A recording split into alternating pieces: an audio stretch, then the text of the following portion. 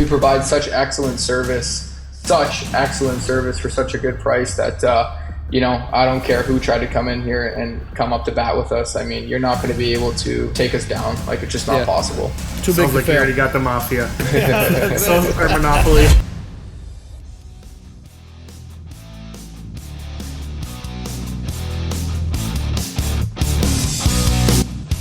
All right, here we go. Snow Jobs Nation. Episode 42 of the Snow Jobs podcast, powered by Top Gun Backblades, is off and running. As always, I'm Steve. I'm the juice box guy. That's right. And you all know my partner in crime, the legend, the Rick James of snow management, Mr. Jeremy Lindstrom. I'm one of the baddest motherfuckers of all time. One of the best singers, one of the best looking motherfuckers you've ever seen. Hold my drink, bitch. Jeremy, what's up, buddy? What's shaking? How you doing, man? Pretty good. Yeah? Another week going by, I guess. No snow? No snow last week? No snow. I'm just kind of depressed looking at the weather and our weather guys, what they're saying for me. So you're getting nervous. I thought it looked great, their map they sent out. Well, I thought your map looks good. My map doesn't look great. But my map had 50% above normal snow, so I thought it looked phenomenal. Yeah, you're going to, guess I'm heading out there this year. Come on out. Show you boys how to do it. All right, so slow week for the Glacier Boys. That's never a good thing. No I'm reels, going back into no dust nothing. control. I'm going to go back into dust control. What? You go back to dust control? Put the trailer back. I'm doing more dust control. I had some calls, so I'm going to do a few more miles and do inside a building. Yeah. Oh, did you get that job? You got that job inside the sports arena thing? Yeah, I'm going to spray that tomorrow. So that is cool as shit. That's not something you do every day. No, now I will have sprayed dust control inside a building, and we took our blower and blew snow out of a building before, so that was pretty fun. Our big blower. Did you get the new one? Oh yeah, picked up the new blower. Yeah, nice. How is it? Badass. Yeah. Yeah. What did you end up getting? Was it LaRue? LaRue. Yep. Nice. They make good machines. Yeah, they do. All right, so what do we got today, gang? We are continuing our tour north of the border in Canada. Good number of guys over the last few months have been asking us to get some guys to do a lot of residential snow work onto the show. So, as always, your wish is our command. We've lined up 2 residential monsters from Canada for this episode as well as next week. Today, we have Stefano Narducci of Northern Snow up in Sault Ste. Marie, Ontario. He's joining us. And next week, we'll have Nick Boner of Nick Snow on with us. Guys, if you haven't checked these guys out on Instagram, I think Nick is actually on YouTube as well. I think that's where I first saw his videos and stuff years ago. You guys are missing out. Check them out. They have major operations up there. They do a lot of driveways. I think 2,000 and 3,000 driveways. Like, that's insane to me. That's absolutely nuts. I couldn't imagine doing it. But these guys are crushing it. You guys wanted to hear from them, so we got them. All right? And I mean, crushing it is the word. 3,000 drive, like, how do you do it? I don't even know how that happens. But just strap in and get ready, guys, because we got back-to-back episodes with absolute residential titans. All right, let's welcome Stefano Narducci of Northern Snow to the show. Stefano, how are you, brother? Good to see you. I'm doing well. I want to start off with saying thank you to Steve and Jeremy for both having me on the podcast. This is awesome, guys. Thank you. No problem. I'm glad you can make it. Our pleasure. We can't wait to hear this. This is we talked to Nick briefly. I had DM'd him about the same time I DM'd you, and I told him, I was like, we're trying to line up these residential, guys that are doing just absolute ridiculous numbers of res. And he's like, yeah, that's my boy. That's 2 good episodes to have. So I said, well, he replied back first, so we're gonna get him first. So you got first dibs on this episode. So we're really excited to have you. Thanks again. No problem. Jeremy, you want to take us right into it, bud? Yeah, Stefano, let's get right into it. Let's tell everybody about your company, how old you are, and when you started it, and just give us a little synopsis of it. Okay, 100%. So I'm currently 23 years of age. Northern Snow here in Sault Ste. Marie, Ontario. We just broke through 3,000 driveways this week, currently in active contracts. I started the business back in 2019 of June. It actually started as a landscaping business. And then, of course, because we get a lot of snow up here in Sault Ste. Marie, I decided to pull my dad's snowblower out of the shed with my partner. And we went to doing residential driveways. Wow. Nice. 3,000? Wow. Holy crap. Wow. So I'll give you guys some backstory too real quick. So this is going to be, I would say, my fourth year. It is my fourth year in the business model, but my fifth year, I guess, in business, if you will. So 2019 of June, I started. I went into that winter, of course, which would have been the 2019-2020 winter season. And I did everything with walk behind snowblowers. I had 30 contracts. Next year, I went to 3 tractors. I had 175 contracts. The year after that, I went to 7 tractors. I had 500 contracts. The year after that, I went to 22 tractors. I had 2,000 contracts. And now I'm at 3,000 contracts with 36 machines sitting in the yard. Holy crap. So nobody shovels their own driveway in Ontario is what you're telling me. Holy jeez. We're from a small town up north, Sault Ste. Marie, Ontario. We're surrounded by the 3 Great Lakes, absolutely massive. So the lake effect is just crazy here. And we get a lot of snow, right? So there's a big demand for snow removal for residential customers here. That's awesome. Good for you, dude. How much snow do you get up there? So on average, we get roughly anywhere from 300 to 400 centimeters a year. And I'm not sure what the calculation is in inches, but we get about 30 to 40 on average. This is on average, sometimes less, sometimes more. 30 to 40 snowfalls per year greater than 5 centimeters, which would be 2 inches. Wow. Yeah. So we pack some heat down here in Sault Ste. Marie, and we certainly get quite a bit of snow. Wow. So I just blew up my own phone here. 300 centimeters of snow is 118 inches. 18 inches, yeah. Holy crap. Not bad, eh, boys? Not bad, brother. Not bad. How many events, roughly? Yeah, that's what I was going to ask. Events, total events would be anywhere between 30 and 40. Oh, so last year we went out for 30 events. The year before that, we went out for 42. The year before that, we had a lighter year. We went out for 24, I think it was. And then the year before that was 32. And then that's my history in the business, right? I'm going into my 5th year, essentially. Wow. That's impressive as hell. I'm just trying to get, 118 inches of snow. Because you said between 300 and 400 centimeters?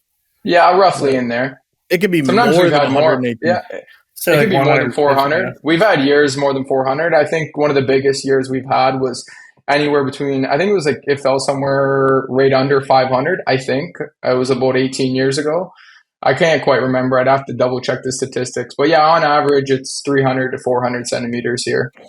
What's your temps up there? And then when is it? So really the temps vary. I think the lowest it gets in the winter would be your -5 to -8, like somewhere in there. We float around for maybe a month now and again. You're -5? You're -5? Yeah, Celsius. Okay. Yeah, so in terms of our coldest, I don't know. I've seen 35. I've seen 38. I've seen feel at 42. But I mean, certainly not like Winnipeg or up north that way. Like that, it gets insanely cold up there in Canada. It's balmy. It's like -5 is 23. It's like a balmy winter there for you. Oh, here we go.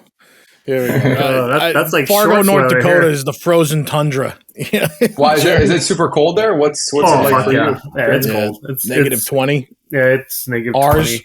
Our Fahrenheit. -20. What would that be? We got to get a conversion chart. I'm not too familiar with conversions. I'm not too great with. It's all good. It's all good. Fargo gets a lot of. They're flat as a pancake. They get a lot of powder snow, and they get a lot of wind. And they get very, -20 very would cold. be -28.88 Celsius. Yeah, so we have, I would say we probably have 20 days a year over -25 Celsius, maybe even more. Okay. Something probably 30 days a year. So similar. So you guys are -25. similar in your temperatures. Yeah, it definitely gets cold here for sure. Right now, we've been experiencing a warm start, though. Might I say? Yeah, it's been a warm start. Now the snow you do get, that 100 and whatever inches, that's crazy. Let's just say 150 average. All right, 150 inch average. So that snow you do get, is it light, fluffy powder, lake effect stuff, or is it heavy, wet, or do you get mixes of both? It's a mix of both. Okay, so you do have very heavy events. Absolutely, it's a mix of both. I mean, we had this one snowstorm that was April 1st of last year, and it was probably, I think, roughly around 35 to 40 centimeters that fell in about like 6 hours. And it was like, the best way to put it was the consistency of the snow was like cement. It was Yep. like straight cement. There we go. So it was it was rough. It was rough. We get that. Jeremy makes fun of me when I say the concrete I snow, don't but make that's funny. what I'm it's not like. saying it's not true. I just haven't. Everybody He's says never it's experienced concrete it. snow. His stuff is all powder. You can handle a parking lot with a backpack blower, basically. Yeah, And just blow we it have around. some. No. We have like one or two events that are wet, maybe, but no, Man. I don't know. So if Go you're pushing this much snow all the time, what's your contract set up like for like when you go out? Like when you going out to blow? Do you want me to explain like what the customer gets when they purchase our service, or are you asking about like more in depth about the contract? Okay, no. Take us through it. Take us through your setup. How you do it with customers. Okay, so when you sign up with Northern Snow, you're covered for the entire winter from November 1st till April 15th. As many times as it snows 5 centimeters or more, we come service your driveway. We also include return trips after the city plow and the grader's gone by at no additional charge. That's included. Everything's done with a snowblower, not a plow truck. And then we come twice. We come once in the middle of the night to ensure your driveway's done before 7 a.m. And then we'll come back again after 7 a.m. to come clean where the cars are parked in the middle of the night where we couldn't get. So upon arriving for that second pass, we send automated text message and phone call alerts by GPS. So we actually have tablets in our machines, and they know when we're close to the house, and they send automatic text message and phone calls out, letting the customers know, hey, your snow removal contractor's in the area, move your vehicles, and then we hit that driveway for a second time. So that's basically the rundown. There's much more to it. I mean, we have 24/7 customer support and dispatch. We install driveway pickets for our customers. I mean, we got our money back guarantee. There's a lot more we offer as a business, but that's basically that's the pitch, if you will. That's awesome. What's the driveways up in Canada? Are they like a 2-stall, 3-stall? What's your average, or what do you? We got 2 cars. We got 4 cars. We got 6 cars. We got football fields. We got. So what do you? It's a mix. How do you break up your contract? So our starting driveway price is $675 plus tax for the entire season. For everything I told you, that was included. Cool. Now, there's some driveways that are like $3,500 for the season because they're on the outskirts of town. And like I said, they're absolutely massive. They're the size of a football field. So those customers obviously get charged a little bit more. Sure. Right. And you don't salt or anything. This is straight snow blowing. No salting. Yeah, straight blowing, brother. No shoveling, no salting, no sanding, no nothing. Just straight blowing. And are there places up like Canada may do it, like in New York and the United States? Basically, salt is a necessity. They don't let you get away, as far as liability purposes, without salting unless it's expressly done in the contract. So is that like commonly accepted up in Canada that you don't have to, you can perform your plowing service and you don't have to worry about the salting and there's no liability on you guys? Zero liability. It's actually on the homeowner, not on us. Awesome. I'm moving to Canada. Insurance is obviously a lot cheaper. So that's the nice thing about the residential is that there's a gray area there, right? So in commercial, you guys have a lot more liabilities, a lot more responsibilities, and us being in the residential market, a lot of the responsibilities and liabilities end up on the owner, not on the contractor, which is a huge plus. So we will come do your driveway, and we are not liable for any hard pack or ice at all that accumulates on the surface of your driveway. You fall and break your neck, it's not on us. So it's totally on you. So we don't do any de-icing. We don't do no sand, no salt, nothing. I'm moving to Canada. I'm sold. Yeah, that is awesome. I guess I'm going Ottawa. Good for you. That's great, man. Good for you. So, oh man, it's such an interesting setup. Like, do you ever have an issue having 3,000 driveways? Do you ever have a problem with having basically 3,000 bosses? Does that ever become an issue? I mean, I would say that rule number one is you have to train your customers. Just like you train your employees, you have to train your customers in this business. Mm-hmm. So as much educational pieces as you could put out via email or social media, or if you could send mailers out, you have to let the customers aware of how your service works. Like they need to know. That mitigates a lot of customer service on the back end. Another thing too is, of course, just a lot of communication too. When you're onboarding a customer, we like to thoroughly explain how they're going to receive their service this winter so that there's no issues. So that's another big one as well. But listen, I mean, you have 3,000 customers, 4,000 customers. I know guys with 8,000 customers. There's a lot of processes and procedures that you could use to really streamline the way the customer service is handled. And I would say that, for being in the earlier stages, I got a decent grip, but I still have a long road ahead of me. I got a lot more systems to build to be able to make things a little bit more systematic and simple for not only our end, but for our customers as well. So obviously leveraging AI and, electronics nowadays is just the smartest thing you could do, right? Have everybody go through online forms, set your voicemail, and really push for that online, because that's just the simplest way to do things the most efficiently, in my opinion.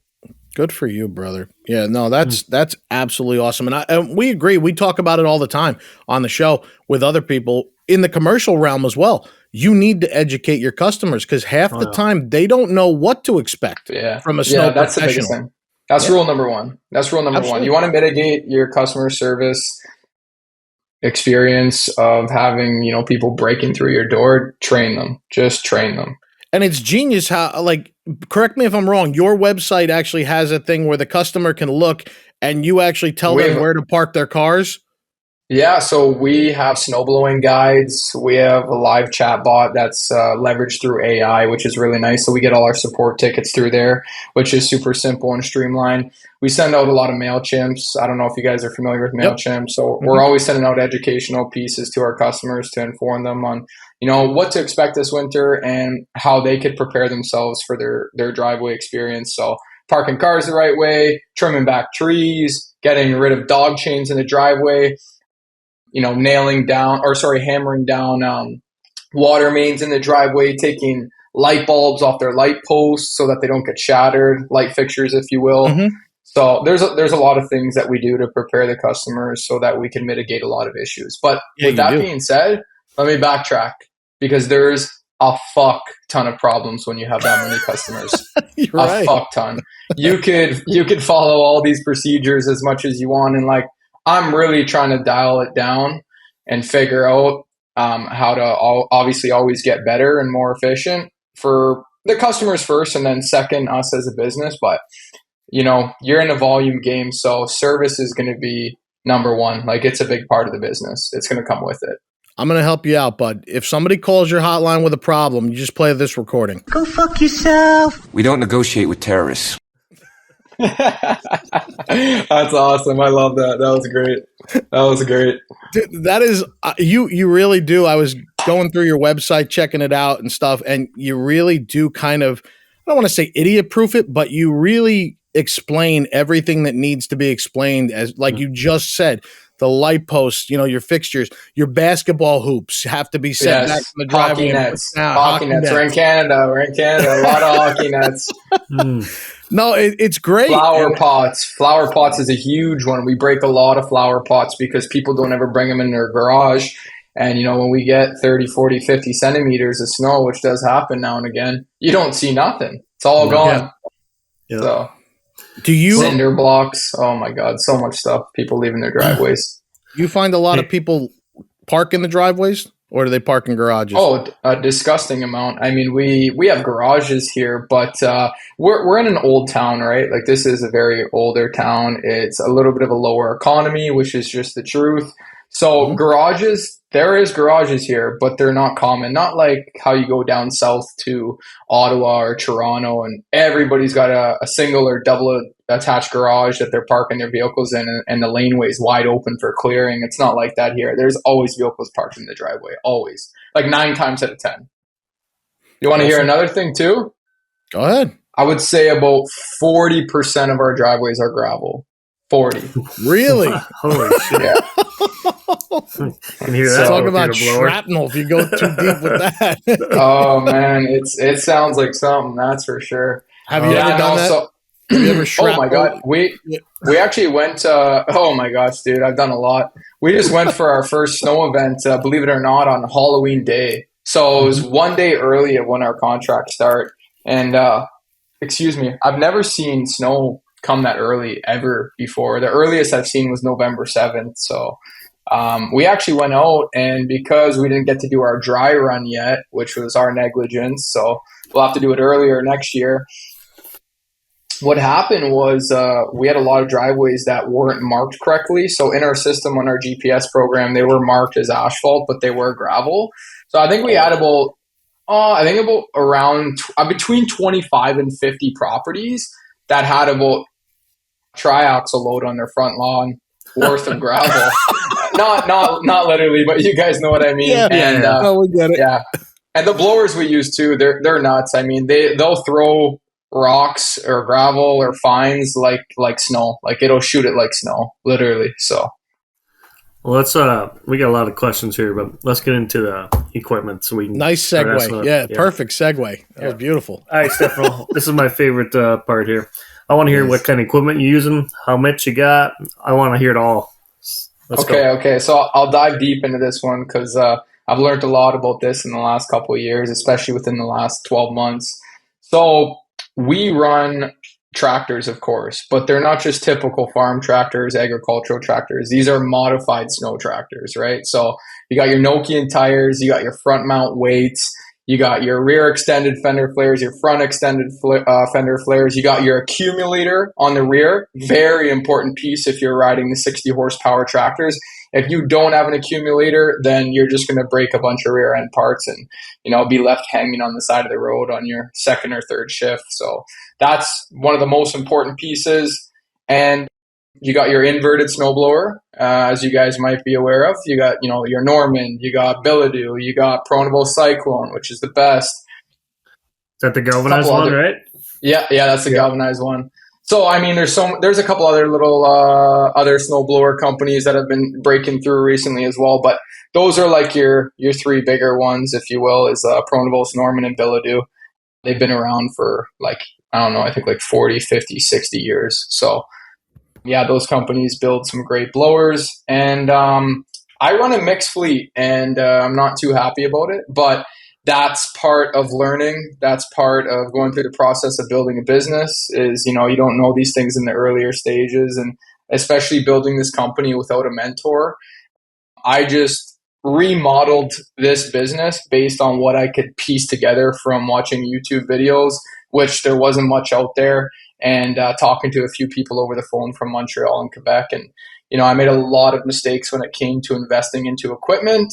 Right idea, just not the right outfit for where I am. So to dive into that, I started my business with Kubota. Okay, so my first tractor was an MX-5400. I bought two more tractors after that, which were Kubota L6060s, full modified snow tractors. All of them had Pronable Cyclones on the back, galvanized with hydraulic wings. So top of the line Cadillac of a setup. And that's what I started with. And I went that route because my dealership supports Kubota big time. They are not really a John Deere dealership at all. They're just pretty much Kubota. They could get John Deere, but they're a Kubota dealer through and through. So I started with that. And then obviously doing a little bit of research and watching other guys from down south in Quebec and Montreal and Ottawa and stuff.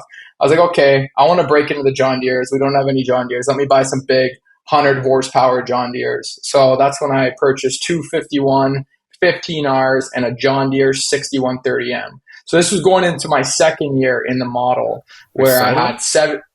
Pardon? I said for sidewalks. Those are pretty big tractors for sidewalks.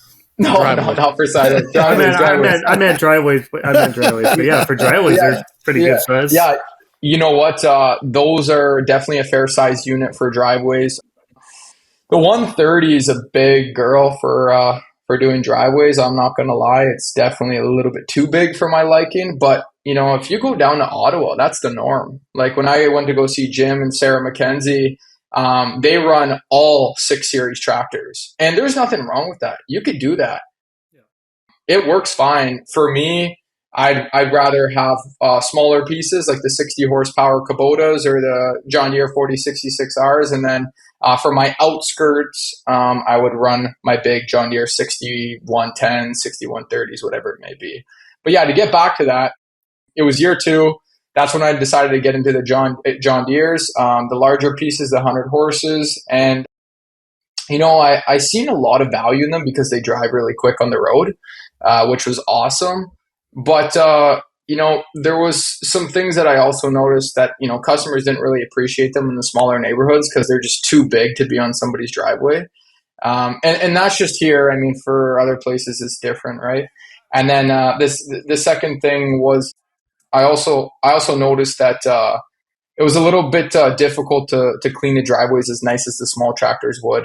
And there's a couple of different reasons for that. It's a little bit easier to explain in person or actually being in the cab to see what I'm talking about. But yeah, that was the two big things there that I learned from having those big pieces. And then I went on to my third year, and I didn't really like the support I was getting from my local dealership. So I was like, fuck it. I'm going to skip the man in the middle.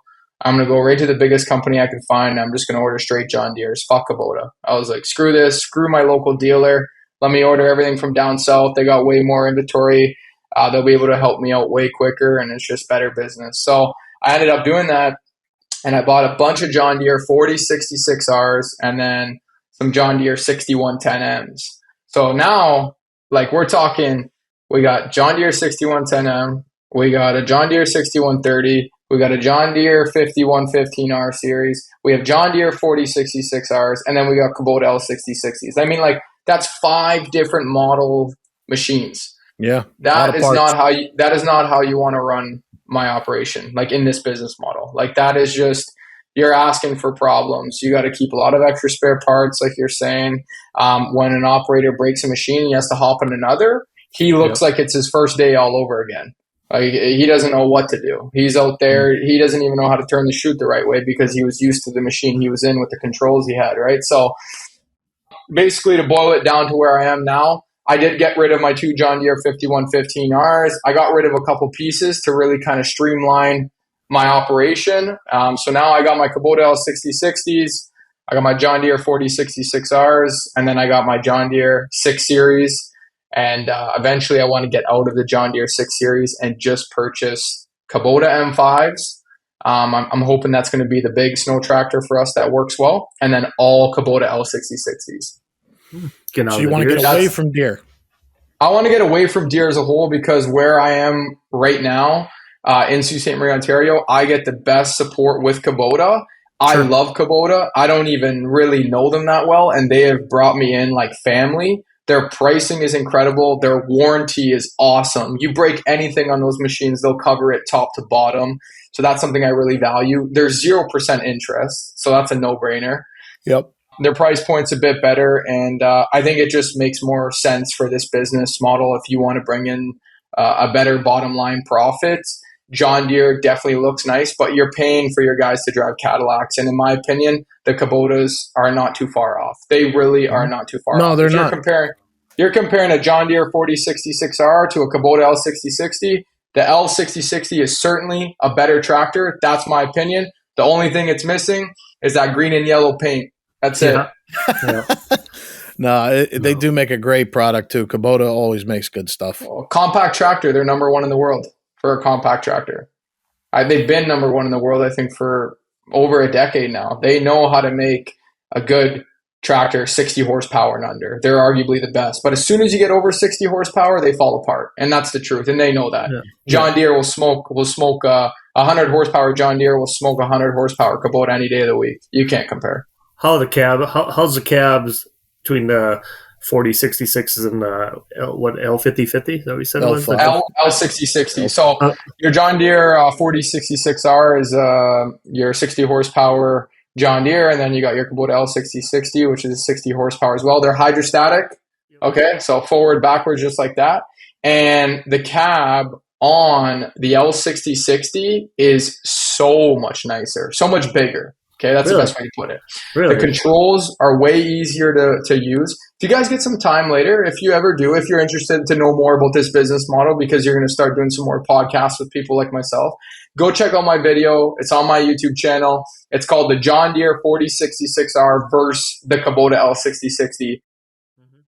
Those are the 2 most iconic snow tractors in the business model aside from the 6 Series John Deeres. And I got a real nice comparison to show you. But yeah, the cab's way nicer than the L6060. The controls are way easier to use. And it's just a nicer machine. You got the corner windows. You got the rear heated window mirror. there's so much more than just that. But yeah, I would pick a Kubota over a John Deere any day of the week. Does the Kubota cab seal up nice? Is it quiet inside like the Deere's? Yeah, it seals up nice. Well, it's a hydrostat, right? So let's be real. It screams. You're gonna get that warning. Yeah, so I mean, you throw your pair. Yeah, the cabs are really nice. I mean, you got your nice seat in there. You got your nice controls. It's heated. You got your rear heated window, which that's huge for me. So yeah, nice armrest to have your rear heated window right behind you. In the John Deere 4066R, it's just a straight window. Yeah. So when you're looking over your shoulder to blow snow, what happens when you're blowing snow is a lot of it comes back onto the window. Lots from the mist, right?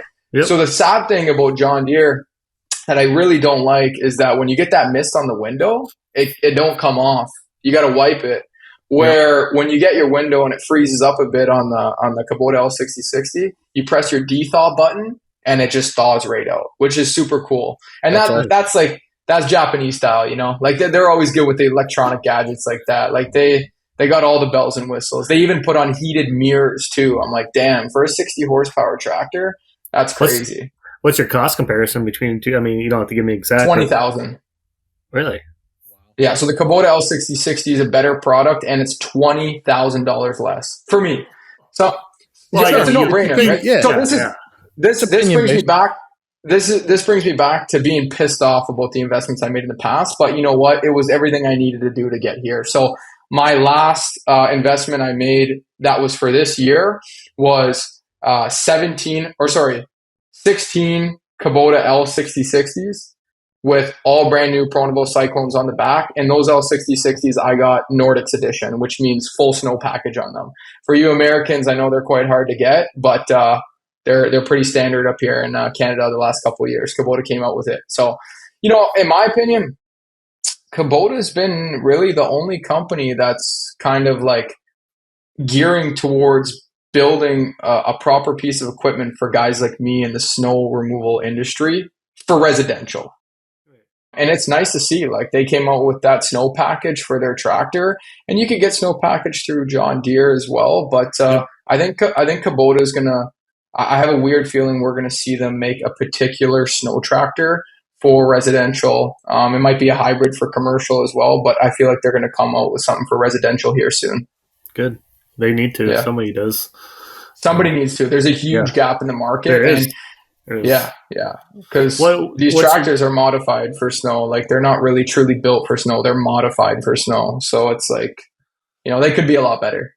What's your go-to blower? The Cyclone then? My go-to blower is the Cyclone, hands down. Yeah. You can't compare the Pronable Cyclone to any blower. I mean, if Nick Bonner was on here, he would argue that, but deep down he knows that it is the best blower on the market.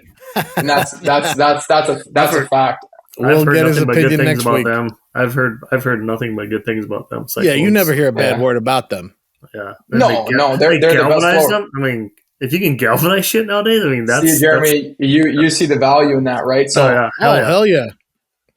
Both you guys do. Of course, anybody would in this business. So I purchased a bunch of Normans the year prior, and after 1 year of using them, all the paint completely fell apart off of them. So much inconsistency in the welds. Like, when they mass produce them out of the factory, like, each blower had its different flaw, which was really shitty to see. Where when I ordered these Cyclones for this current year, man, these guys, like, I can't believe the way they delivered this product. Like, everything was to a T. Like, they didn't screw up one thing at all. And it was really proper. That's why they're the best. Yeah, and you're running 36 of them? What do you say, 30? How many?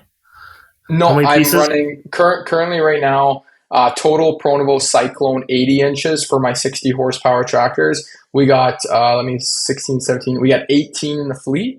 And then I have one Pronable Cyclone 92 with the hydraulic wings. That's going to be going on my new Kubota M5. So total Cyclones in the fleet 19, and then the rest are Norman. So, but you have total equipment. What was your total equipment? You had 36 pieces. 36. Wow, that's a good chunk. What are you running for software on it for your? Follow soft. What are you running? Follow soft. Follow soft. Follow It's like soft. it's like the Canadian site photos, basically. I looked them up. Yeah, I looked into them a little bit. Follow soft's huge. It originated in Quebec and Montreal, and without them, I wouldn't even dare be in this business. No way. Yeah, they have a good product. I don't know if it's big in the US yet. I know I think they're trying to break in. It's breaking here. through. Yeah, I have a buddy in Colorado using it. There's some boys in Fargo using it. Welks used it on his residential side, so did Baker. Must not work. there's there's tons of guys who are starting to use it in America. They're really trying to break through in it, but they're big, man. They got I think about 300 to 400 customers like me, like myself. Not all doing 3,000 driveways, but yeah, it's awesome. That's cool. That's very cool. So you guys do zero commercial. It's all residential. That's your whole model. People call me, they want commercial, and I don't even stick to your guns. I Good for you, man. I don't even bat an eye. I don't even you get anxious when you're in business and you feel like you're really missing out or you did something wrong when you turned down business. No. But I've never even batted an eye to doing commercial at all. I'm focused on one thing, and that's residential blowing. God, boy. I love it, man. Don't let him sway you. System he's got, the way it sounds is don't let him sway you. You're not missing a freaking thing, dude. The only thing you're missing out on with not doing commercial is fucking headaches. I'm serious, man. Stick to what you're doing. For the commercial. It's like anybody who wants to get in snow removal, it's like the first place they run to. They think that's where all the money is. So much money in residential. If you have a setup for residentials where you have an area and you have red equipment, you can just knock it out. Sounds like that's what you have. I mean, what's your route density? I would assume your route density is route density. So, well, boys, we're still signing people up, right? So it's going to just get more dense. Last year was at 2,000. This year we're at 3,000 currently. I am really, really confident that we're going to do 3,500 plus this year. And right now, where we currently stand with our routes, we are doing. Some routes are 140 homes in an 8-kilometer span. And then some of them are like 90 homes in like a 12-kilometer span. It all depends, right? So we have some dense routes and then we have some not so dense routes. It just all depends where they land on the map. But it's safe to say that each operator can do about 100 to 120 homes in 4 hours. That's like the average for you guys. So let's just say you jump from 3,000 to 3,500. I would assume you got to get some more machines, right? Are you able to get more machines? No. So this business is all about putting the carriage in front of the horse. I don't know if you guys ever heard that saying, but it resonates with me a lot because you're not in this business pulling the carriage. The carriage got to come first, which is odd, right? So you have to prepare yourself for impact. So a lot of the years, I always got a lot less equipment than I needed. And then the snow would come, we'd sign up more customers than I anticipate, and then we'd be short on equipment. And I made sure we didn't do that this year. So I got 36 pieces, and 36 pieces I will comfortably do 3,250 to 3,500 driveways. 3,500 driveways, I'd have my fleet pretty stretched, but we could do it. We could do it with 36 pieces for sure. If I were to get just one driveway over 3,500, I'd be going for a 37 piece for sure. Yeah. So that's the breaking point. That's a breaking point. Yeah, absolutely. Oh man, it sounds like an awesome setup. It really does. I don't know. We were on a podcast the other night. We did the Dirtbags podcast, and they were asking us like what advice we would give to guys getting into snow. And I think I said driveways. I said, I have a list in my office of like just this year alone, 37 people that are calling just in my little stretch of town wanting driveways done. We don't do driveways and nobody is doing driveways anymore. I can't hook them up with somebody. We're trying to find them placement for the winter and I can't find a single guy that is still doing driveways. And I don't know why. Where are you located, Steve, in New York? We're in upstate New York. We're about an hour and a half north of New York City. Wow. So you guys get some decent snow there? Yeah, we about 40 inches winter is our average for the last 5 years. But I mean, 4 years ago, we did 92 inches. So it's, it can vary a lot. It can vary a lot in the Hudson Valley. There's a demand though for residential snow by the sounds of it. There is a demand. And if you price it right and you can target rich the environment basically and take over these whole subdivisions and get 80% of them signed up, you're going to be cleaning up. You can charge basically what you need to because nobody is doing their own crap anymore. Plus, you get all your money up front beginning of year. Yeah. I mean, you get all your money up front. Well, that's the thing. Getting people like here a seasonal model for a driveway is not done. You're doing per push, basically. Per time you come, you're charging them. And then you're chasing money and it becomes a headache. No. Doing it like these guys in Canada are doing it, that makes a whole friggin' hell of a lot of sense to me. I'm in on that. They do that in Fargo here. You get same as that's not done here. No, that's not done here. I think it's brilliant. It's seasonal. So. That's awesome. There's a few boys up in New York that I've heard of. They're breaking through. There's a couple up in there. Good. They should. I don't see why not. Yeah, people don't want to do their own crap anymore. Most people are 2-income families now. Both people have to work. They get home and they've now driven 3 hours through the snow, probably with traffic, to get home in the snow. The last thing they want to do is shovel their driveway or worry about getting it done. Oh yeah. So I think there's a lot more ability to make a lot more money doing a dense residential pattern than commercials. Why fight over commercials? Like you said, the liability at that point is on the homeowner a lot more too. I like it. I'm shifting my whole model. This is it. Dude, it's great. I'm very happy to hear it. How do you go about targeting, an area? Like if you want to get more dense and stuff, you pick up 3 or 4 houses in a development that has maybe 100 houses. How do you go about targeting your customers to pick them up? Okay, so there's obviously a few different methods that I've used and things that you could do. So the number one that comes to my mind right away is when you're in a neighborhood and you got your customers signed up, you're gonna want to go put your snow stakes in. Are you guys familiar with the snow stakes that we use up here in Canada? Yeah, they're awesome. Okay, so you go put that up at the end of your customer's driveway, and then it's kind of a trickle effect amongst the neighborhood because neighbors know each other, and like they're like, oh, you got the winter service? Like Jim's talking to Bob, and Bob's like, hey, Jim, like, you got the winter service? Like, I see you got the pick. It's like, you know how much it might cost for me? Well, this is what they charge me. And like, they feel left out if they don't get it. So when we put those pickets in, it's a huge trickle effect throughout the neighborhood. And that really helps with density. That's number one. Number two is cold outreach. And when I mean cold outreach, this is called prospection letters that we do in-house. So we'll actually go onto our software. This is something new that Follosoft came out with that we've been leveraging the hell out of this year. So shout out to Follosoft. Thank you for that if they end up listening. And what we do is we actually go into neighborhoods where we're really dense in already and try to make it more dense by going to the houses that aren't customers of ours yet, giving them a price, sending them a cold outreach letter right to their house saying, hey, here's a price we would give to you. We put a group discount on it too as well, saying, neighborhood group discount for Mill Creek. That's a popular place here. So we'll do a neighborhood group discount for Mill Creek, and we'll send a letter right to their house, right directly to them, one-to-one. And that cold outreach method's worked really well for us for getting a lot more customers and neighborhoods as a whole, places where we have density and places where we lack density. So that's been really working well. I would say the third thing too is we leverage a lot of ads on Meta. Are you guys familiar with Meta? You do any advertising on Meta? No, not yet. So Facebook? Yeah, Instagram. Facebook. Meta is Facebook and Instagram. Yeah, we don't advertise on there. I run a lot of funnels on there. That always helps. I wouldn't say so much if that helps me get density. That just helps me get customers, period. So that's something we do. But I mean, I got a lot of tricks up the sleeve. I mean, we do a lot of things to be able to get more customers. If you're asking about density, though, the two top ones would be the snow stakes and the cold outreach prospection letters.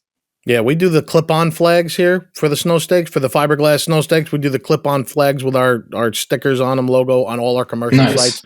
And it actually, I mean, not only does it help the guys that are maybe unfamiliar with the sites, like, sidewalk guys or something that are not familiar with it in a snowstorm, it helps them find it. And it tells everybody who's doing that when those commercial lots are black pavement at 6 a.m. and they drive another half mile down to their own and it's still got 7 inches of snow on it, they know who to call if they want black pavement at 6 a.m. And those have worked great. But I like the ones that you see those in Canada where they're 4 inches wide and they're like almost like a post. We got those here too. You do? Yeah. Where do you get them done? Because I couldn't find anybody south of Canada that can do them. I'll talk to you after. All right. I got something on my sleeve there. I love those. Those are great. Those are sharp as hell. Yeah, they work really well. Those are a must. I mean, that really, really helped us get a lot of customers, but it's a bunch of things that compound. I mean, if to grow as fast as we have, it's been more than just the pickets, right? So yeah. Well, your residentials are huge in Canada, obviously, but what do you got for competition around you? Quite a bit, since is that what you? Oh, I got some say? interesting news for you guys. So I came into the marketplace, and sorry if I dive deep. That's just the type of person I am. I want to give you the whole. I want to give you the whole story. I want to give you the whole. What they want. Give the people what they want, brother.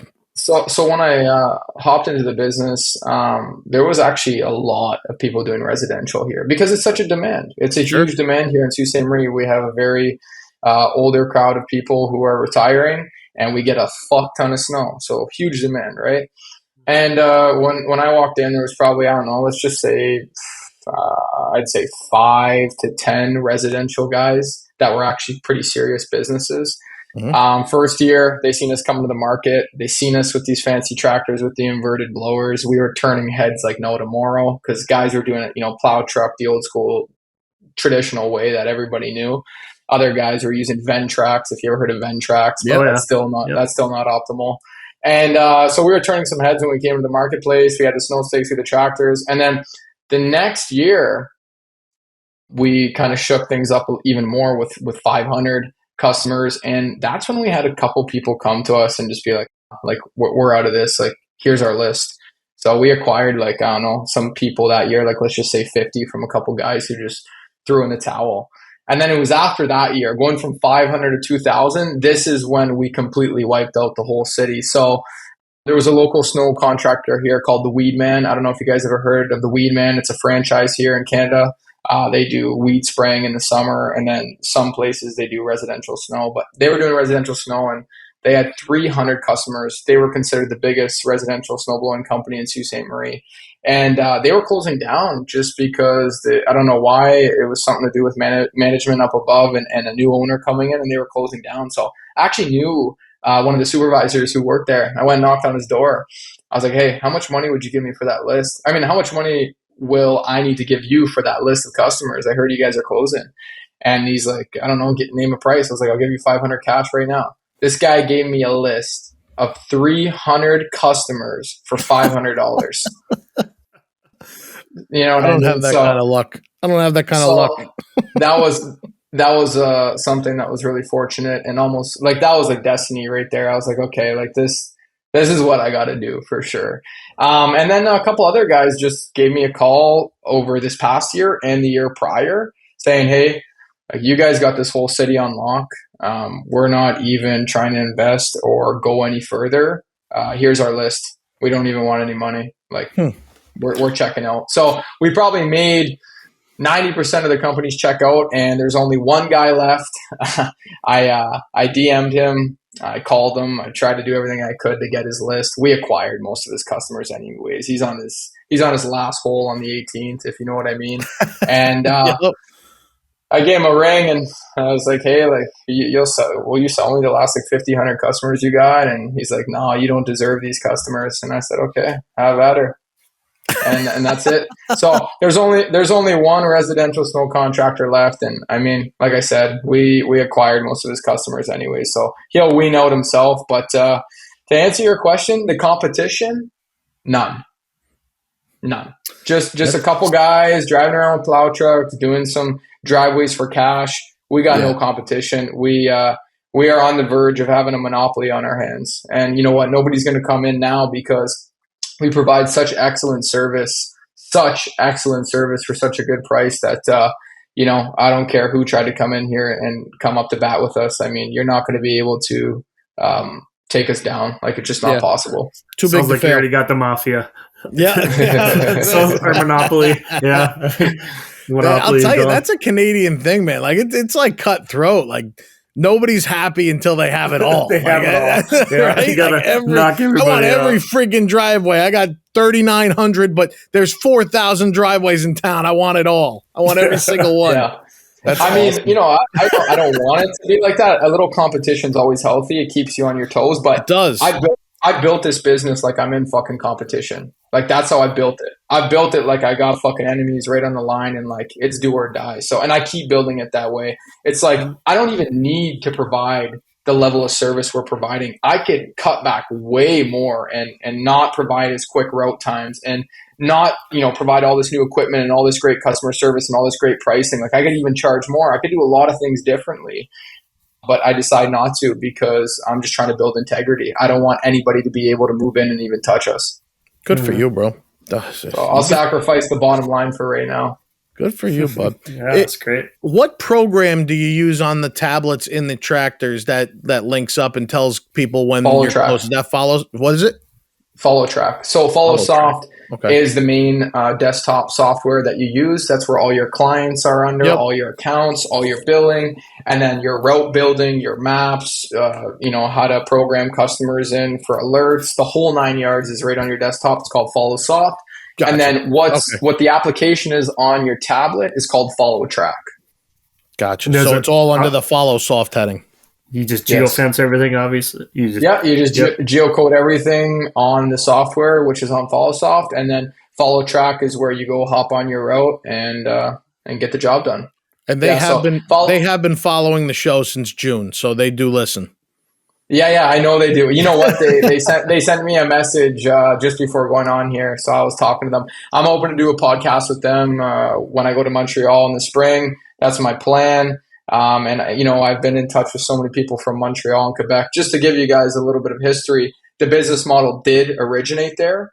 And because Quebec and Montreal, and this is no offense to any of the Frenchmen over there, they're very isolated. They're like their own niche. I think they wanted to be their own country at one point, the Frenchmen. Yes. They're very particular. So this business model was built 40 years ago, but it didn't really start breaking through to Ontario for the last 10. Jim McKenzie, which is the inventor of the Cyclone blower that I have, which I actually just did a recent podcast with. You guys could check that out on my YouTube channel. He came here about 20 years ago, and he went to Ottawa, which is a couple hours outside of Montreal where he grew up. And he left Montreal because it's so competitive and so cutthroat there.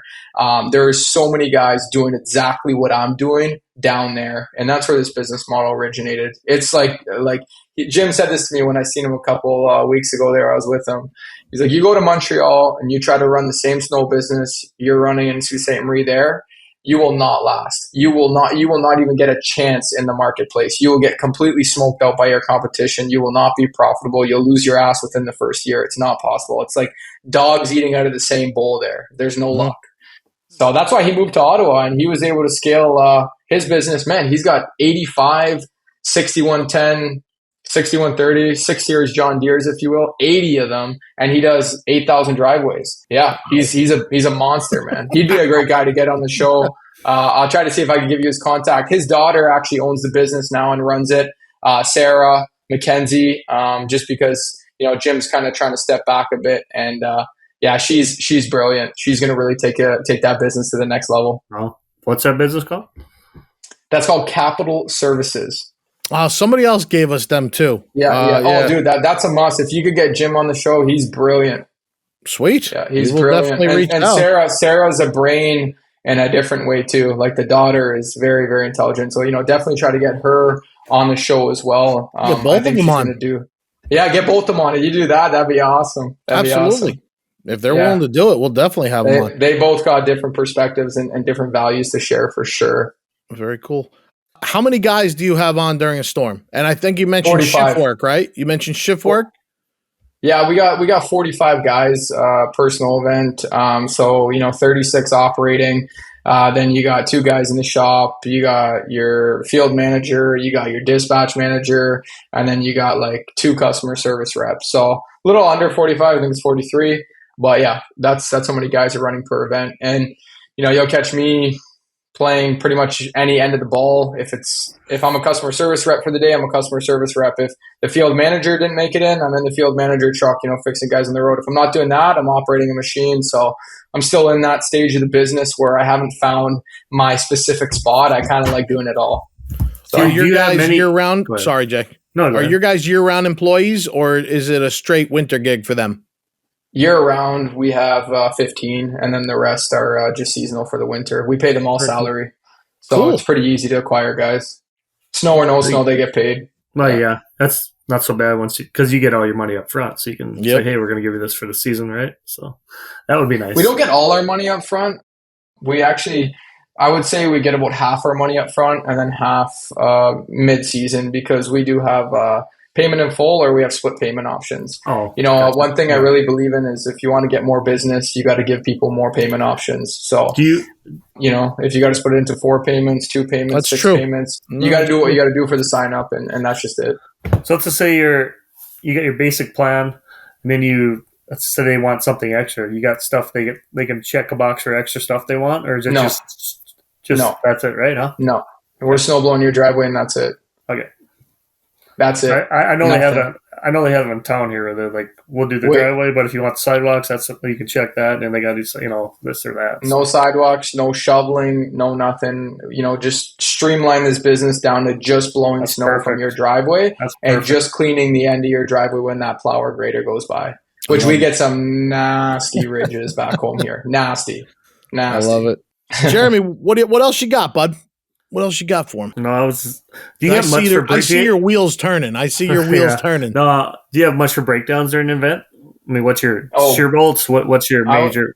What do you? Well, shear pins are a staple. Clog blowers are a staple. I would say the biggest rear end breakdowns would be the biggest. Yeah, that's usually what it is. Yeah, so if it's not a top link, it's a control arm. If it's not a control arm, it's a rock shaft. It isn't a rock shaft. It's something on the blower maybe. No, it's actually never anything on the blower. It's always on the tractor, to be honest. Yeah. It's always the tractor.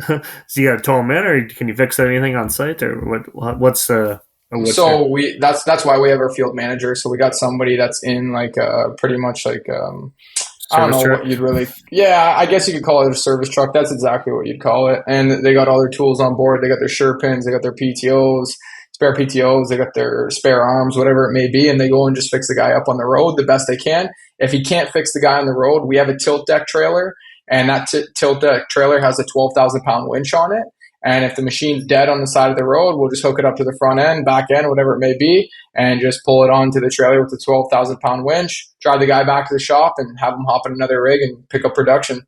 So you got backup pieces waiting if you need? We keep backup pieces this year, especially. We're going to be keeping backup pieces. I know if we do 3,500, which I know is going to happen, we're going to have no backup pieces. It's just going to be full bore, every piece of equipment out on the road, which is absolutely fine. It's better than having it sit there, but we'll have to see how the cookie crumbles when we get to it. I do have some machines sitting for me at the dealership if I need to take them, but I'm going to try and stretch it as much as I can this year. Very cool. Nice. What lessons, you said you started 2019, so you're 4 years in. What lessons did you learn in those first 4 years there that, or as you started to grow, that you'd want to pass on to other guys who might be just starting out? You mentioned the equipment and being all one brand, all one model type deal that you made that mistake. What else would you say that you learned? Well, there's been so much, I don't even know where to start. So without going on a massive tangent, biggest one. If you're in this, I'm gonna do 2. Number 1 would be if you're looking to get in this business model in particular, make sure that you have the right tractor picked out that you want to just run a full fleet of. Okay, obviously you need one big tractor and you need one small tractor. That's it. You don't need no in between. You don't need one extra big one extra small one. That's it. You need your 60 horsepower Kubota, John Deere, New Holland, whatever the hell it may be, and then you need your one big tractor. For me, I like to run, 2 big tractors for every 10 small tractors. So yeah, pick your brand.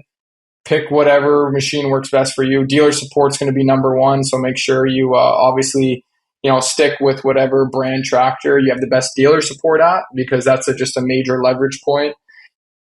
And yeah, streamline your fleet. Don't be a dumbass. Make sure all your controls run the same way. Don't have one tractor that the chute moves a different way in than the other. Make sure everything is identical in each piece of equipment and run 2 pieces. That's it. That's all I could say for anybody getting this business model. You do anything else, well, you're just burning cash down the drain and causing yourself a bunch of headaches. Second thing is, the biggest thing biggest thing I've learned. The second biggest thing I've learned has definitely been to just be patient. Being young at 23 years old, you get antsy, you get eager, you think that you deserve the world after one tough winter in business. And the reality is I think that you just need to stick to what you're doing, put your head down, wait 10 years, keep working your bag off towards it, and enjoy the fruits that come from your labor once you've put your time in. Things don't come overnight, and that's another big thing I've learned for sure. It's a humble and grateful feeling, but yeah, if there's anybody getting into this business, don't expect it in a year, don't expect it in 2, don't expect it in 4, don't expect it in 5. Put your head down for a fucking decade and work. Good for you, dude. Good. Yeah. That's awesome. Jeremy, what else? We got the 5 and 5? Yeah, let's do the 5 and 5. All right, Stefano, where do you want to see your company go in 5 years? What's your goals for the next 5 years? The next 5 years. I read the 5 and 5 actually when you guys sent that over. 5 years from now, I definitely have a clear vision of where we're going to be. I don't know if we're going to be farther than I anticipate or not as far as I anticipate. It's going to be either one or the other. Definitely farther. But I don't know. I'm going to keep that. I'm going to keep that one for maybe next time when we do a podcast. All right. That one I'm going to save. Just because I don't like eliminate talking about one things. more guy in Sault Ste. Marie. One more guy in Sault Ste. Marie, but I don't. It's definitely something powerful and risk taking for myself. It could go two ways. It could work, or I could completely lose my ass. And I don't want to talk about it before doing it. I want to show you. I want to show you guys. If you respect that, I want to show you guys. Yeah, definitely. Very cool. And we know. I mean, we basically know what you've done in the last 4 years since you started. You broke it down for us step by step, year by year. That's pretty incredible, dude. Good for you.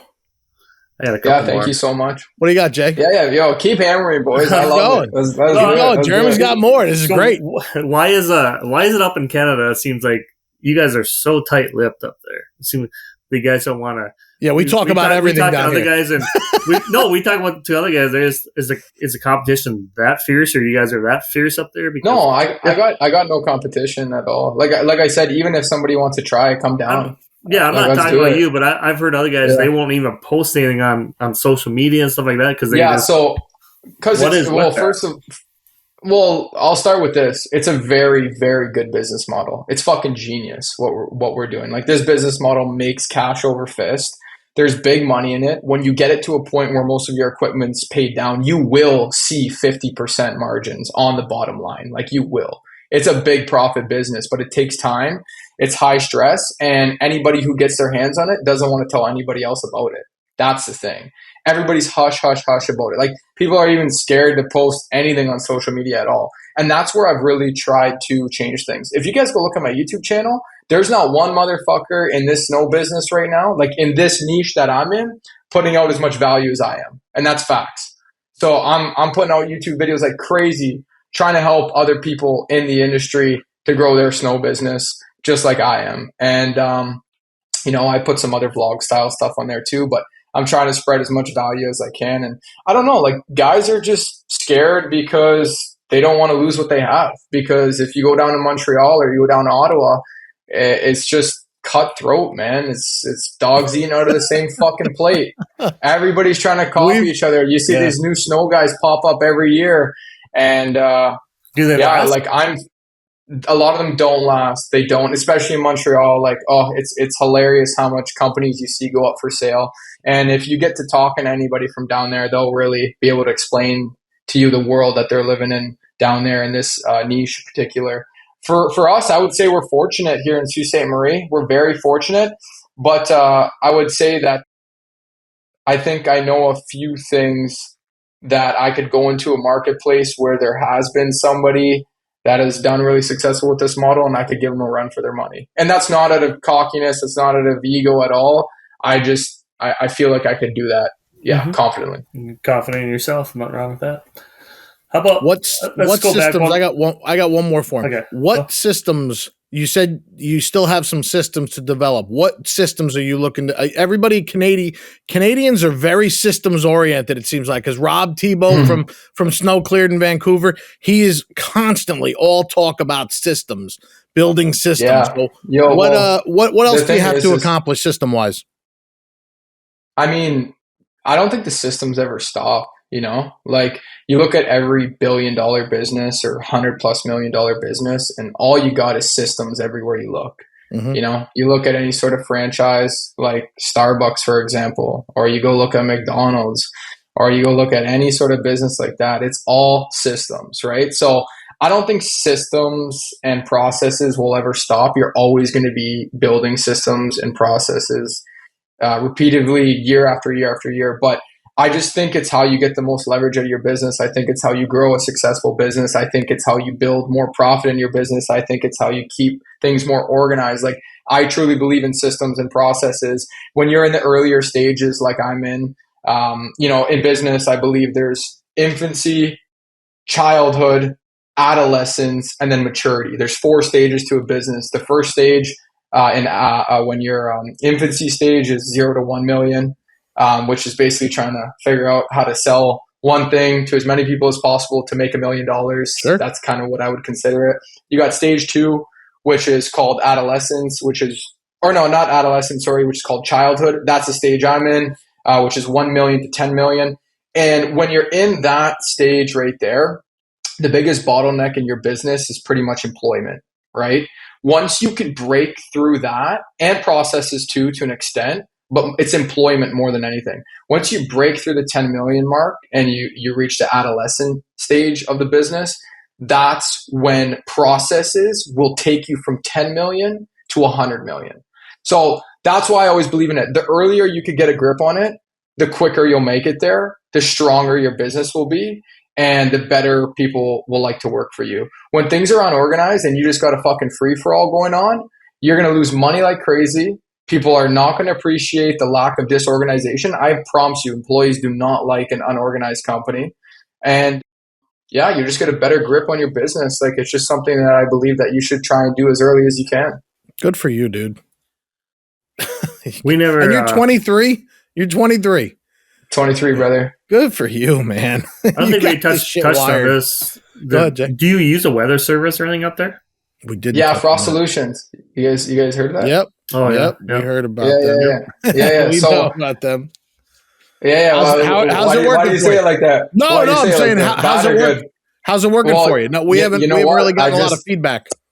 I just got it 3 months ago. Packages just came in because there was a big delay on them. I got them all set up with me and my crews, and we're gonna go put them out on Tuesday. So I'll tell you how it goes. Does it look brilliant? Yeah, keep us posted. It looks brilliant. It looks like it's going to be a huge leverage tool for us to kind of, you know, anticipate if we're going to go out for those snowfalls that are on the fence or not. It's some sweet technology. I definitely would love to share with you guys how it works. Yeah, definitely let us know. It's going to be a leverage tool for sure. Right. Very cool. And then, goddamn, what was my last one I was going to ask you? Oh, fuck. Come on, something. I had another one. Hit me. What? Anything else as far as weather that you go to besides the Frost cameras? What did you use before Frost to determine your weather? Weather Network, which sucks ass. Okay. You know, Apple Weather sucks ass. Are there any Canadian weather companies that are doing Canadian weather for snow pros like we have in the United States? We have a bunch of them in the U.S. I have really no idea. Frost Solution was the first solution to pretty much reach out to me to be able to get a better grip on what's going to happen with the weather. So the thing is like they give you like a full-on satellite, and it's got a camera, it's got a temperature laser thing. Like, I don't even know the proper terminology for it. And infrared. Infrared. That's what it is. The data it pulls and the predictions it pulls based on the air temperature, the ground temperature, and a whole other whack of stuff. Like, it looks like it's going to be incredibly accurate. And for me, guys, I told you this at the beginning, I live right around the 3 biggest lakes in Canada. And like we get fucked with the most weirdest snow, right? Like it'll call for 5 centimeters, we'll get 30. It'll call for 30 centimeters, we'll get 3 centimeters. Like it's never consistent. How many did you get? How many cameras did you grab? I got two. So okay. I would say, I don't know how much radius of our city we're covering in kilometers. I'm not quite sure. I did it on Google Maps once. It was like 55 kilometers if you were to get the radius, but I don't know if that's entirely accurate. So definitely keep us posted once they get working. Yeah. Keep us posted on how well they do for you. I think they're going to do really well. There's some sweet technology. They've been very successful. You know, they've been around for 10 years. They got 700 stations. Just like mine that I bought. I bought 2 of them, so I'd imagine they probably had about 400 customers. Lots in America. They're just breaking through to Canada right now, so I'm surprised you guys didn't hear more about them. No, we know about them. We had them. Yeah. Yep. We had them on. They've done an episode with us. Oh, no way. Come on. Yep. Yeah, they did an episode back in June, right before Sima's show. They got some interesting stuff for sure. Yep. So what are you guys doing summertime then? You said that you had like 15 guys that were full time. Do you do lawns then, or what do you do? We do residential roofing.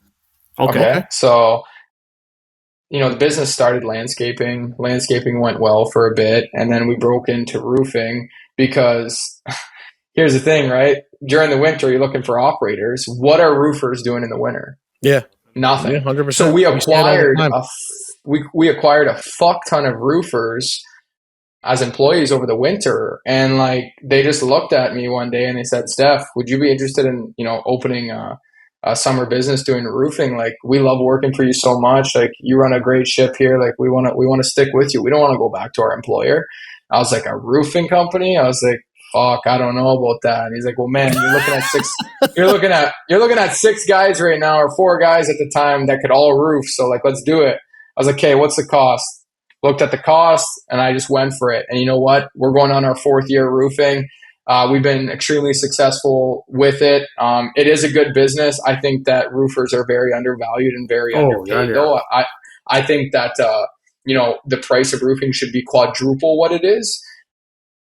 Great business, but definitely undervalued for the trade for sure. And that was it. You know, I just decided to can landscaping. I threw landscaping right in the garbage, and I continued doing roofing in the summer, and then in the winter we do residential snow. But I'm actually making a pivot. I'm making another pivot, and I don't like doing this because I believe on focusing on one thing and one thing only. If you want to become truly great at it, that's just the truth. I'm making a pivot to hopping into the lawn side of things come spring, because I just have such a big customer base, you know. My customer, I have 3,500 customers this year, let's say, sake of argument, and there's going to be a good 20% of those customers who want lawn cutting, and I'm leaving money on the table. You know, I'm leaving money on the table. I'm leaving employees on the table. I'm leaving a thriving business right on the table that I could be utilizing. So that's what I'm going to be doing in the summer. I'm going to be going back to lawns, cutting grass, and spring and fall cleanups, and that's it. What are you running for lawns then? Are you going to get into the spraying? Yeah, are you going to get into the spraying? Are you getting just mowing? I'm going to try really streamline it, just like I got my residential business. I'm going to cut grass, do spring and fall cleanup, so it's not a mess cutting your lawn with leaves everywhere, and that is it. I'm not doing nothing else. What are you going for equipment? You figured it out yet? What you got? Yeah, I'm going to run the Toro stand-ons. I forget the exact model, what it's called. I'm going to run the grandstands. I'm going to run a 40-inch. Yeah, 40-inch, and then 4 40-inches, and then a 52-inch for a one bigger unit.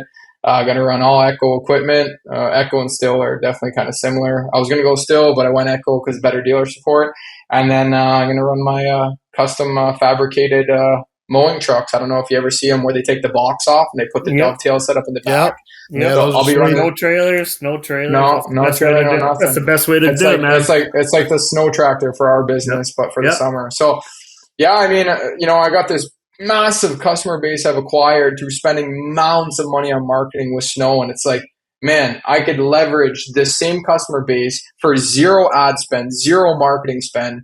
Why the fuck am I not squeezing more money out of my customers and providing them another service that goes hand in hand with the snow business model?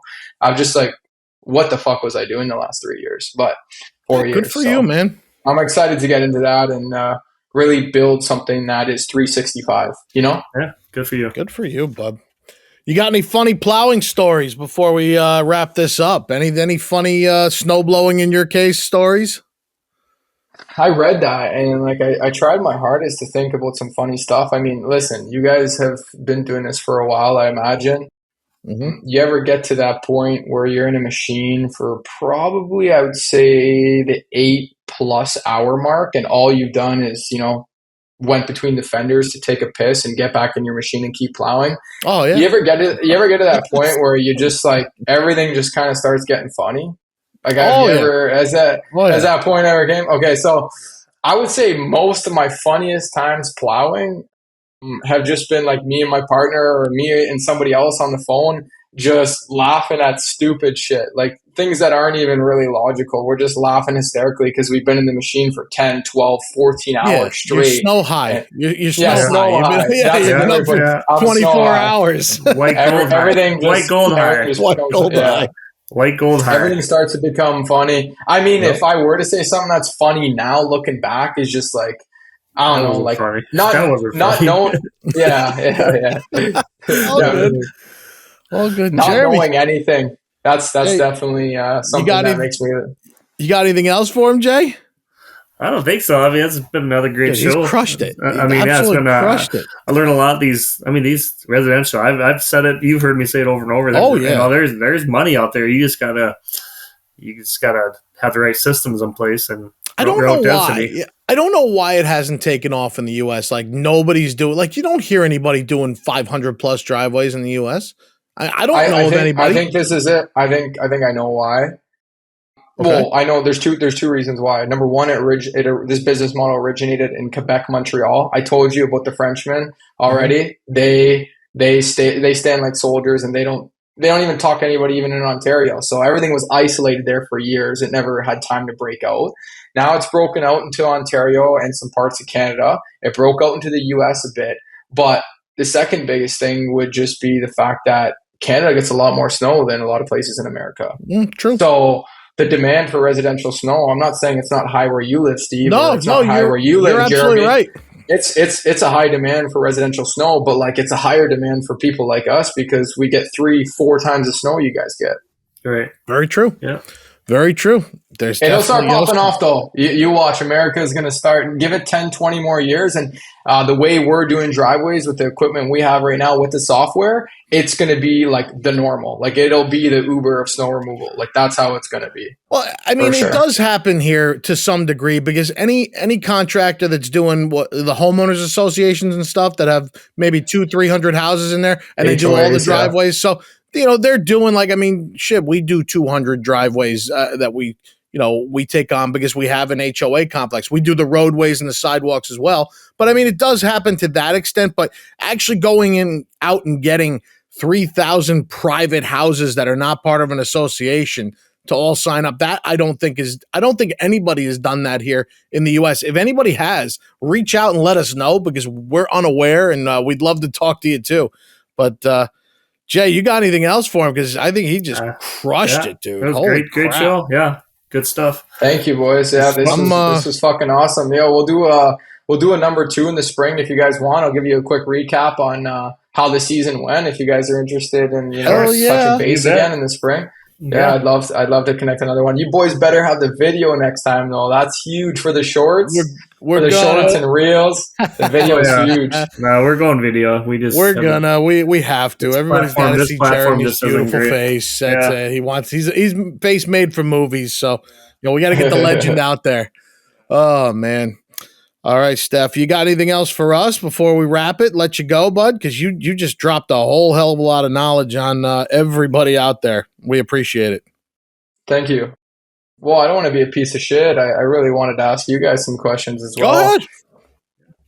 I'll try to keep it short and not take too much of your guys' time. But yeah, let me hear a little bit about the business you guys are in. I know you're in commercial, I'd imagine. Is it both of you in commercial? Yep. Yeah. Okay, yeah. Tell me a little bit about the commercial realm. I know fuck all about commercial. I've never even turned an eye towards it. I got zero interest. So I don't know nothing. I don't know anything about it really. It's a competitive world. I just know it's cutthroat. That's all I know. It's so cutthroat. Ultra competitive, ultra high liability. We're doing a lot of insurance is unbelievable. crazy for slip and falls where we get sued and all that. Our biggest problem right now is the national companies coming in and cutting our throats even more than more than anything. And do you guys have national property management companies up there, Steph? No. Like that are dealing properties left and right, like in the United States. So big corporations like Home Depot, Walmart will like say, "Hey, we have 500 stores that we need lawn and snow service for." They find these national property management companies and they contract with them to line up all the contractors. The problem is that the national property management companies take like 50% minimum off the top. And they pay the contractors doing the work peanuts, or they try to. Yeah, that doesn't happen here at all. Everything's done locally. Our Home Depots, our Walmarts, our superstores, love that. Tim Hortons, Wendy's. It's all local guys eating. No, it's what they do is like your mailers you send out. They pretty much the national company gets the count, and they look up every snow company in the area. They send them all the email. Yep. Give me your price for this site, and who's ever cheapest will pretty much get And it's not even like working wages. Like, I mean, we've gotten guys lately. We've had guys send us in their most ridiculous offers from national property management companies, and like they're offering like 8-acre sites, 9-acre sites in a 25-inch market for $16,500 for a zero tolerance Walmart. Like it's insulting. I don't know how anybody even takes that expecting to make a profit. Especially, that's a loss right off liability on top. Yeah. Liability on top of that. That's like a no-brainer they stay away from. But so I'm sure you guys probably do you guys do a lot of local places then. That's where the money's at. Yes, I do. My whole area is condensed local business in owners. I'm inside a 2-mile radius of my shop. That's it. I just want to crush my local area as much as I can.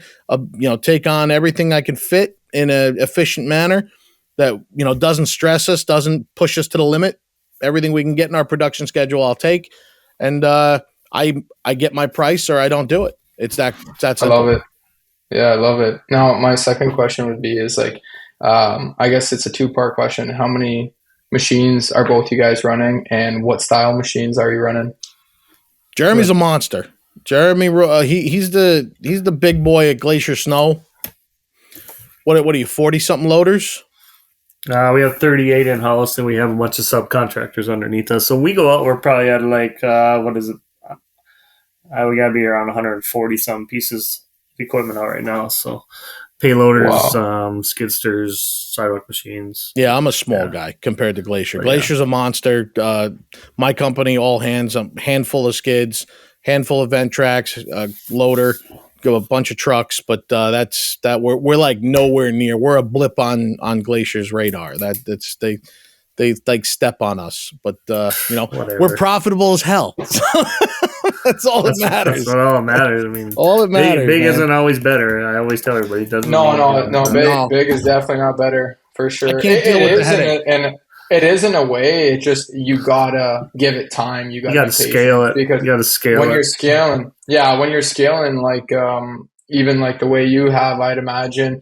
I know from my personal experience, the way I've been scaling is all that bottom line profit. There really isn't too much left over because you keep putting it into growing the business, right? You keep putting it into down payments, equipment. You're working so much money into advertising, marketing, new employees, the whole 9 yards that you don't leave too much bottom line, but you're building enterprise value, which is something I strongly believe in. That's what brings me back to saying, put your head down for a decade, sometimes 2, sometimes 3. And really see what you could accomplish if you keep scaling the way you have been, and the world is yours. Amen. Right. Yeah, no, it's amen. Yeah, commercial's a whole different ball game. I mean, I'm moving to Canada, getting a couple tractors, getting some driveways. Why don't you break into the residential market? Or are you like me? You just want to stick to one thing? You know what? I think everybody in the U.S. at some point, I mean, not everybody, but a large portion of guys that start out in snow start doing driveways, but for one reason or another, the scaling is not there. And they end up trying to go commercial because that's where you get more money, obviously, for one site. Why is the scaling not there, though? That's because there's a lot of people here that will do their own driveways. Yeah. That's a big thing. Like a lot of guys have snow blowers. They will go out because we don't get 40 snowfalls a year. We get we average between, I'd say 12 and 16, separate snowfalls. So most people will go out and do their own driveway. And the people that won't, I don't want to say they're cheap, but when you tell them, hey, listen, you have a 20 by 60 driveway, that's going to be $100 every 4 inches or every push, whatever, they're going to tell you, oh, that's too much money. That's too much money. Well, guess what? I have a $70,000 truck. I have a $9,000 plow on it. And, that costs money. So that's what it is. And a lot of people you'll find, you just find undercutting and stuff. And I don't think it's not real easy to scale here as far as the houses are so spread out too. Like we don't have house on top of house on top of house. There's developments every so often, but between that development might be That's a road. How it is here, though. It's not. Is it? It's not house on top of house here. No, it's pretty spread. There's developments you can get, but I don't know what the problem is. I don't know why it hasn't taken off here, but it just hasn't. I just think you're missing a couple things for the marketplace where you're in currently. I haven't really seen the landscape you're working with or the economy at all, but I'm sure the economy is strong. I don't know how the landscape looks, but you're missing the snow tractor with the inverted blower. That's your step one. Your step two is you got to have an incredible offer, and your step three is you got to market the shit out of it. And if you do that, I'm sure somebody would be able to walk in the door and absolutely. I'm sure you could do it. I'm sure you could do it. I think some of these newer neighborhoods, like around where the younger guys are coming in, I'm sure you could get those neighborhoods because these guys are lazy. They don't want to do their own driveways. No. Jeremy, you'd be able to blow it the fuck up where you are for sure. Guy tried. Then that Welks bought his business, and I mean, he was just too spread out. He had a great system. He was. But Paul Vanderzal was his mentor or whatever when he started. Yeah, I know Paul. So that's kind of how he got started, and then he kind of, I don't know, he just got way too spread out. But I don't know, it can work. I think it could work, honestly. This is just my personal opinion, is like you can't do both at once. I know a couple guys who do both at once and they're successful, but if you want to be really great, it's one or the other. You're not doing fucking commercial and residential. No. It's either commercial or residential, and that's it. Yeah. It's one or the other. And I think that's the thing. A lot you can do more. Like I do landscaping, so I am not going to do as much with a tractor in the summer as I am with a skid. Track machine, something like that. So it's everything for landscaping. Yeah, it's not having to buy multiple pieces of equipment. I need to buy one piece that I can be most versatile. But now you have like the muskox. I don't know if you're familiar with the muskox snowblower we have for the skid steers. That thing is a driveway animal. It's a back drag snowblower for skids. It's awesome. So I've seen that. That is incredible. The only downfall with that is that you don't got your road speed. Road speed. Yeah, that too. And going backwards is fucking hell on earth if you're doing driveways.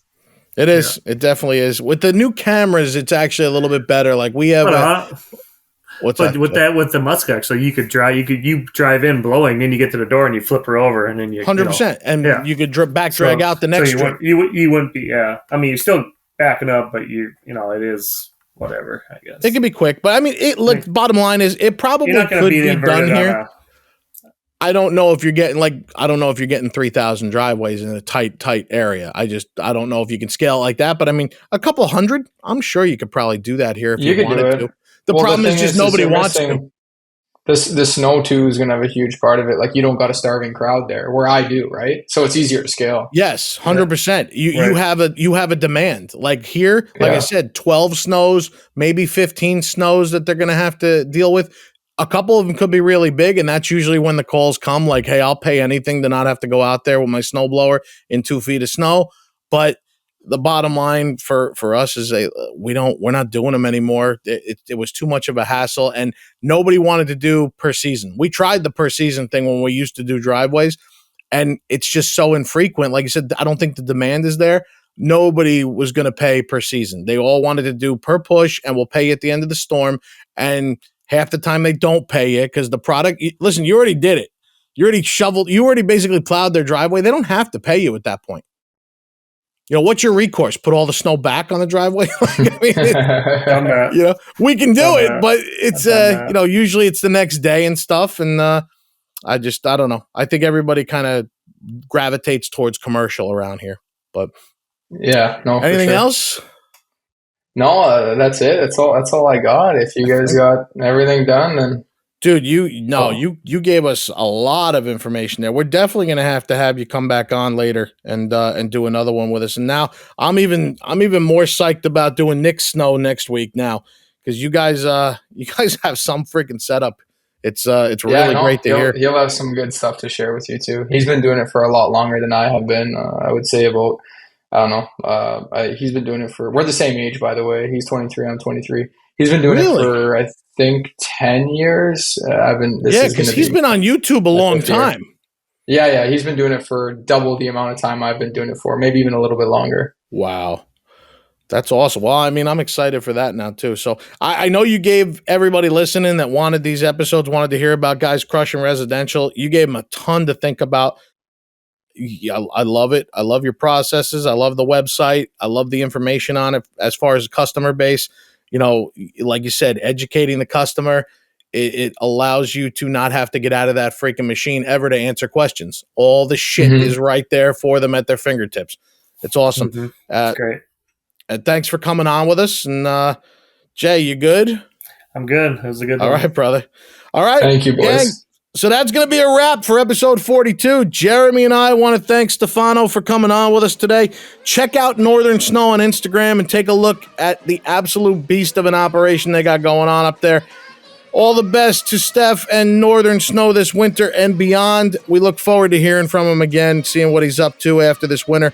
We are out. See you next week, gang. Everybody be safe. And as always, keep pushing.